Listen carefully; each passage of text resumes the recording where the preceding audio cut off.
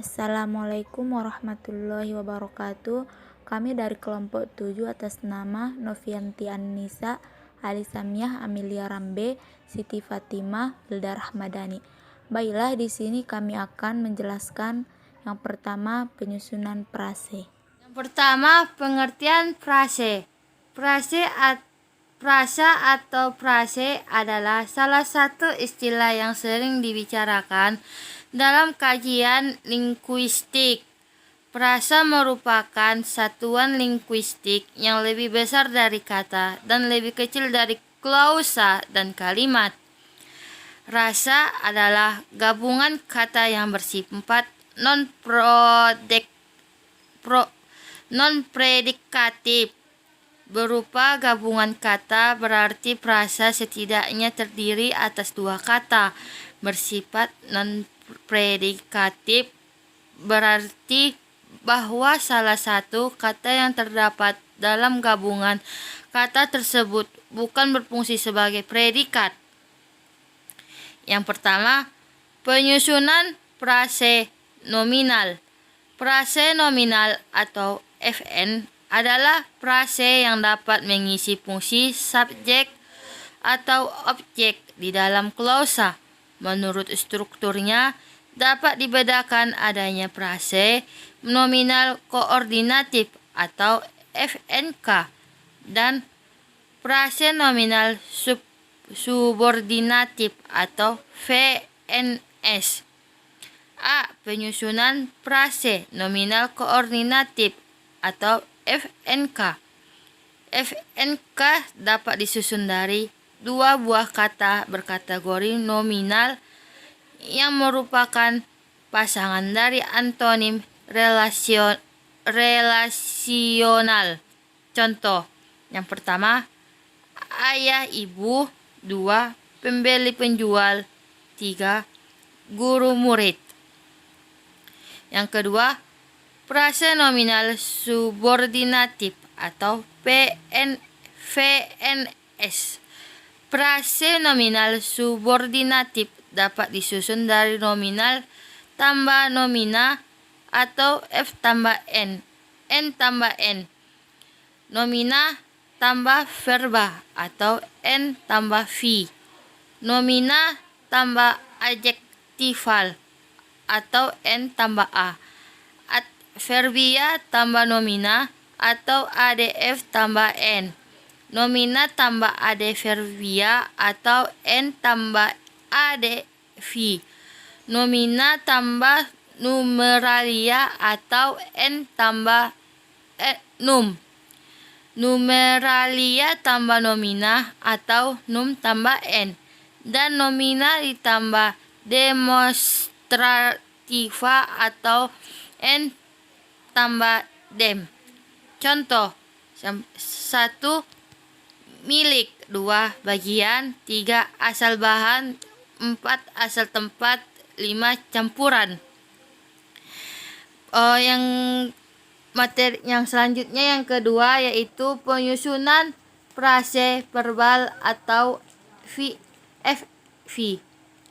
Frase verbal adalah frase yang mengisi atau menduduki fungsi predikat pada sebuah klausa. Dilihat dari kedudukannya di antara kedua unsur membentuknya dibedakan adanya frase verbal koordinatif atau FVK dan frase verbal subordinatif atau FVS. Yang pertama, penyusunan frase verbal koordinatif. Frase verbal koordinatif dapat disusun dari dua buah kata kategori verbal yang merupakan anggota dari antonim relasional dan memiliki makna gramatikal menggabungkan sehingga di antara keduanya dapat disisipkan kata dan. Contoh, tambah kurang, jual beli, pulang pergi. Yang selanjutnya Penyusunan frase verbal subordinatif. Frase verbal subordinatif dapat disusun dari adv tambah v tambah adv, v tambah n, dan v tambah a. F, V, S. F, V, S yang berstruktur ADV tambah V. F, V, S yang berstruktur ADV tambah V memiliki makna gramatikal. Yang pertama, ingkar, frekuensi, kuantitas, waktu.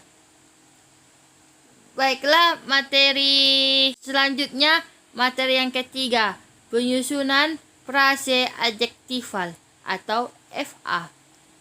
Frase adjektifal adalah frase yang mengisi atau menduduki fungsi predikat dalam sebuah klausa adjektifal. Dilihat dari kedudukan kedua unsurnya dibedakan adanya frase adjektiva koordinatif atau FAK dan frase adjektiva subordinatif atau FAS.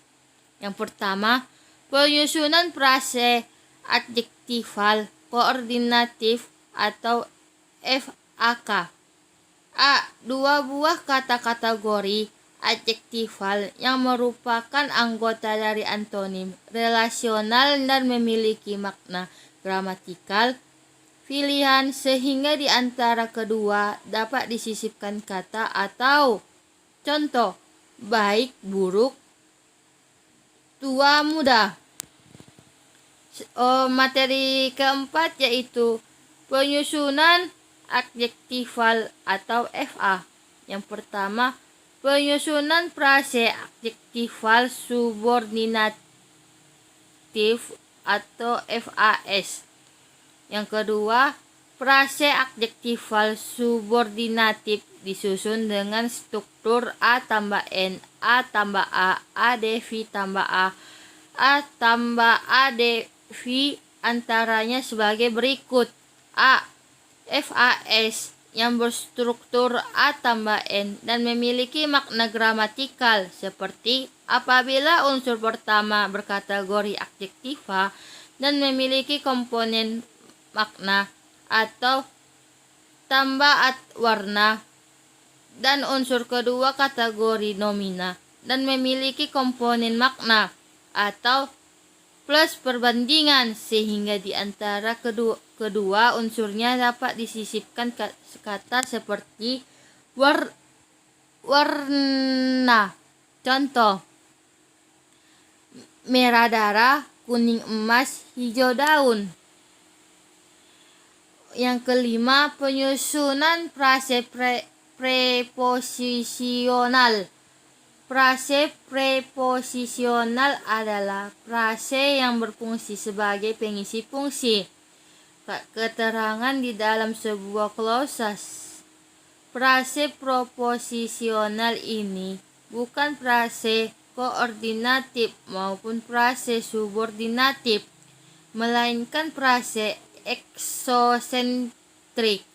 Jadi di dalam frase ini tidak ada unsur inti dan unsur tambahan. Kedua unsurnya merupakan salah satu yang utuh. Frase preposisional tersusun dari kata berkategori preposisi dan kata atau frase berkategori nominan. Contoh, di pasar, kedua, ke dalam kamar, dan yang terakhir, dari rumah sakit. Yang kedua yaitu penyusunan klausa. Penyusunan klausa terbagi 7. Yang pertama klausa verbal, yang kedua nominal, ketiga adjektifal, keempat profesional, kelima numeral, keenam klausa bebas, dan yang terakhir yaitu klausa terikat. Yang pertama yaitu pengertian klausa. Klausa adalah satuan sintaksis berupa runtutan kata-kata berkonstruksi predikatif. Artinya, di dalam konstruksi itu ada komponen berupa kata atau frasa. yang berfungsi sebagai predikat dan yang lain berfungsi sebagai subjek, sebagai objek, dan sebagai keterangan. Krab 1991 menyatakan bahwa klausa ialah suatu konstruksi yang di dalamnya terdapat beberapa kata yang mengandung hubungan fungsional, yang dalam tata bahasa lama dikenal dengan subjek, predikat, objek, dan keterangan. Contoh klausa: bersama dengan saya, Budi datang membawa semua bukti. Pada kalimat itu terdapat 3 klausa, yaitu yang pertama, bersama dengan saya, atau tidak ada subjek. Yang kedua, Budi datang. Yang ketiga yaitu membawa semua bukti, tidak ada subjek, tetapi kita mengerti bahwa yang membawa semua bukti itu adalah Budi. Berdasarkan unsur yang menjadi predikat, ada 2. Yang pertama, klausa verbal. Klausa verbal merupakan klausa yang memuat predikat berupa kata kerja atau verbal. Klausa verbal terbagi menjadi klausa transitif dan klausa intransitif. Klausa transitif adalah klausa yang predikatnya merupakan kata kerja transitif atau kata kerja yang memerlukan objek. Klausa transitif adalah klausa dengan predikat berupa kata kerja transitif. Contohnya yaitu harimau berlari, ikan berenang, adik membuka pintu. Yang kedua yaitu klausa nominal. Klausa nominal merupakan klausa di mana predikatnya merupakan kata benda atau frasa nomin. Contoh klausa nominal yaitu ayah seorang guru, Pak Ratan dulu seorang kepala desa. Berdasarkan unsur yang menjadi predikat, ada 2. Yang pertama, klausa ejektifal. Unsur wajib dalam klausa ejektifal adalah subjek dan predikat. Dalam jenis klausa ini, predikat berkedudukan sebagai kata keadaan. Penyusunan klausa ejektifal secara umum terdiri dari subjek yang berkategorikan nominal dan predikat yang berkategorikan ejektif. Contohnya yaitu harga baju itu sangat, anak itu cerdas sekali. Yang kedua, klausa profesional. Klausa profesional adalah klausa di mana predikatnya merupakan suatu frasa profesional. Predikat dalam jenis klausa yang satu ini berkategorikan sebagai kata depan. Contohnya, ibu ke pasar setiap hari Minggu, kakek dan nenek dari kampung dan perginya menuju ke bandara. Ciri-ciri klausa. Adapun ciri-ciri klausa yang diantaranya yaitu yang pertama, memiliki subjek baik secara tertulis atau tidak tertulis. Yang kedua, memiliki predikat. Dan yang ketiga yaitu tidak memiliki intonasi akhir dan tanda baca. Jika ditambahkan unsur ini, maka klausa akan menjadi kalimat. Jenis klausa berdasarkan strukturnya. Klausa bebas. Klausa bebas ialah klausa yang berpotensi menjadi sebuah kalimat. Artinya, jika dalam penulisannya diawali dengan huruf kapital dan diakhiri tanda baca, maka klausa ini bisa menjadi kalimat. Bisa dalam sebuah kalimat. Inti dari kalimat tersebut berupa klausa bebas. Contohnya, kamu harus pergi, dan dia menangis, ayah sangat marah. Klausa terikat. Klausa terikat ialah klausa yang tidak berpotensi menjadi kalimat walaupun dalam penulisannya diawali oleh huruf kapital dan diakhiri oleh tanda baca. Biasanya ia menjadi pelengkap dalam sebuah kalimat. Contohnya yaitu yang pertama, supaya kita sadar ketika ibu tidur dan dekat kantor kelurahan. Sekian yang dapat kami sampaikan. Assalamualaikum warahmatullahi wabarakatuh.